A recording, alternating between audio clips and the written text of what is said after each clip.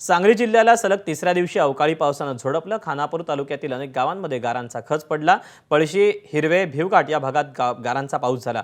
जिल्ह्यातील तासगाव तालुक्यालाही या वादळी पावसाचा मोठा फटका बसला। खानापूर घाटमाथ्यावर सध्या द्राक्षांचा हंगाम अंतिम टप्प्यात असताना या अवकाळी पावसामुळे शेती पिकाचं मोठं नुकसान झालं।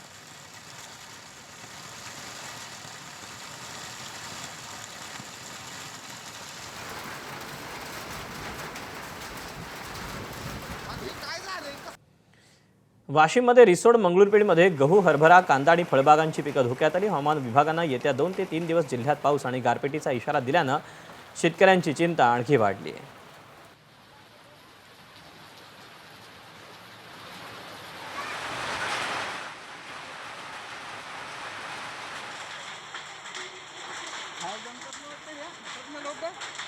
बीडच्या केस तालुक्यात झालेल्या अवकाळी पाऊस आणि गारपिटीमुळे शेतकऱ्यांच्या हातातोंडाशी आलेला घास गेला। पावसामुळे आंब्याचा मोहर खराब झाला। शिवाय गहू, ज्वारीसारख्या काढणीला आलेल्या पिकांसोबत भाजीपाल्यालाही फटका बसला।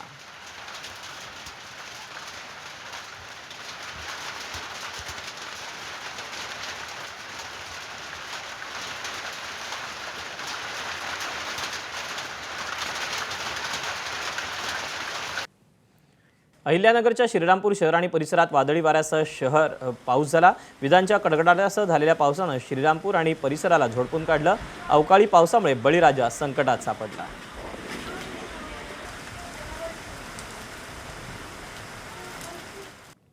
नाशिकच्या सिन्नर शहर आणि ग्रामीण परिसरात पाऊस झाला। पावसामुळे स्थानिकांची चांगलीच तारांबळ उडाली। कांदा, गहू, हरभरा ही पिकं काढणीला आलेली असताना हा पाऊस झाल्यानं मोठं आर्थिक नुकसान होण्याची शक्यता आहे।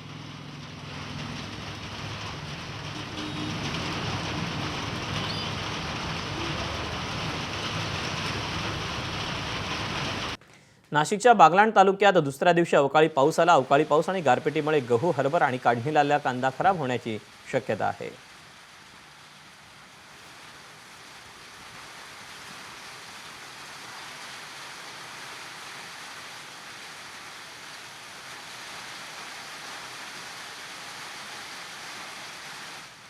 जालना शहरात अवकाळी पावसानं हजेरी लावली। जिल्ह्यातील मोसंबी, आंबा आणि द्राक्षासह कांदा उत्पादक शेतकरी चिंतेत सापडले।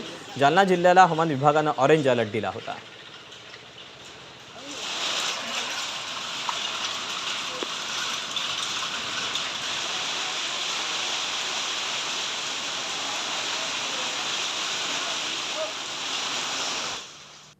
अमरावतीतील अंजनगाव सुरजी तालुक्यात वादळी वाऱ्यासह पाऊस, गारपीट झाली। अंजनगाव सुरजी तालुक्याला चिंचोली बुद्रुक गावात दुपारनंतर अचानक पाऊस बरसला।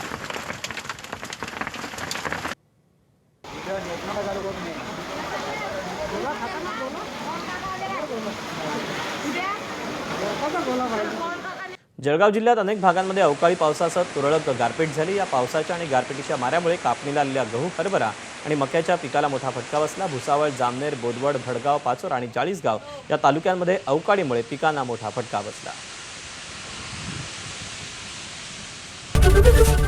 एबीपी माझा, उघडा डोळे बघा नीट।